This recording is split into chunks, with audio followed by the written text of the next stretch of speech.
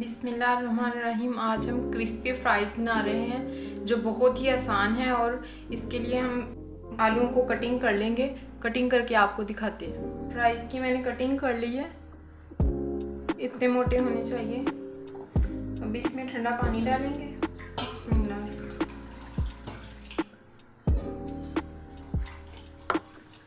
अच्छे से इसको वॉश करेंगे।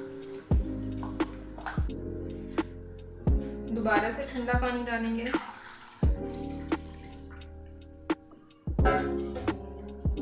अब इसको 30 मिनट के लिए यूं ही छोड़ देंगे। एक बाउल में हम पानी ले लेंगे, फ्लेम ऑन करेंगे और इसको पकने देंगे। चिप्स डाल देंगे इसमें।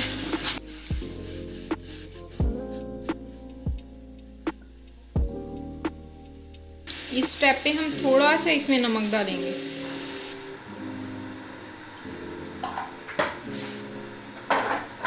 तीन मिनट तक हम इसको पकने देंगे, इसको ढक देंगे। 3 मिनट हो गए हैं, स्टार्च बिल्कुल ख़त्म हो गया होगा। अब इसको छान लेते हैं। इस स्टेप में हम थोड़ा सा इस पर ठंडा पानी डालेंगे।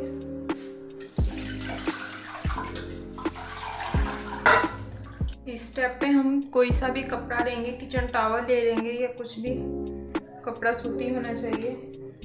चिप्स को हम फैला देंगे, बिल्कुल खुश्क कर लेंगे। अच्छे से खुश्क कर लेंगे इसको। आइस खुश्क हो गई है। इस स्टेप पे हम इसको किसी भी शॉपर में डालेंगे। साफ सुथरा होना चाहिए शॉपर।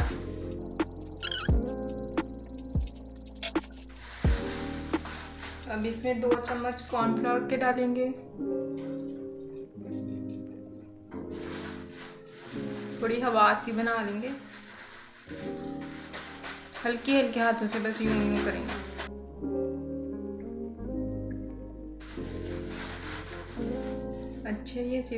अच्छे से चिप्स को लग गई है, ये देखें आप।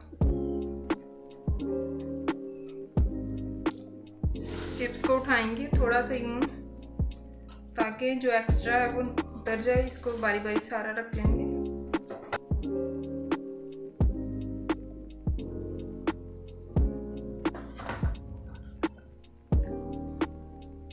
इसको हम एयर टाइट कंटेनर में रख सकते हैं, फ्रीज कर सकते हैं और जब चाहे फ्राई कर लें। इसको हम थोड़ी देर के लिए फ्रीजर में रख देंगे और बाद में इसको फ्राई कर लेंगे।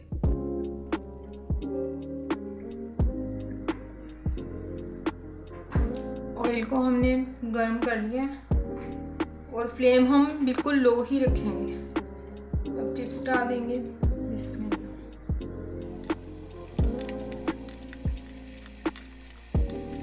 इसको लो फ्लेम पे हम 3 मिनट तक पकाएंगे।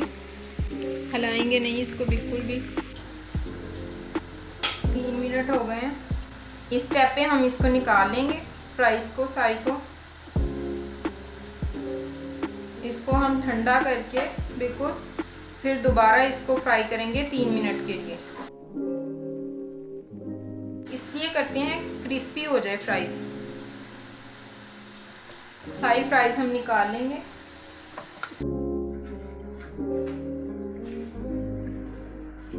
फ्राइज़ ठंडी हो गई है, अब इसको डालेंगे।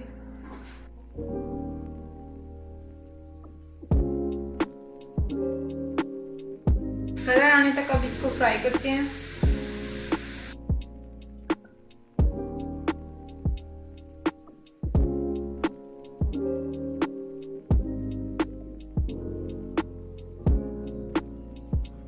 फ्राइज़ को अब निकाल लेते हैं।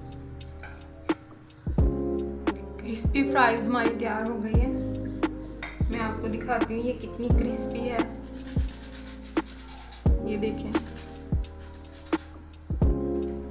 इसको आप ट्राई करिएगा और कमेंट्स में ज़रूर बताइएगा कि कैसी बनी है।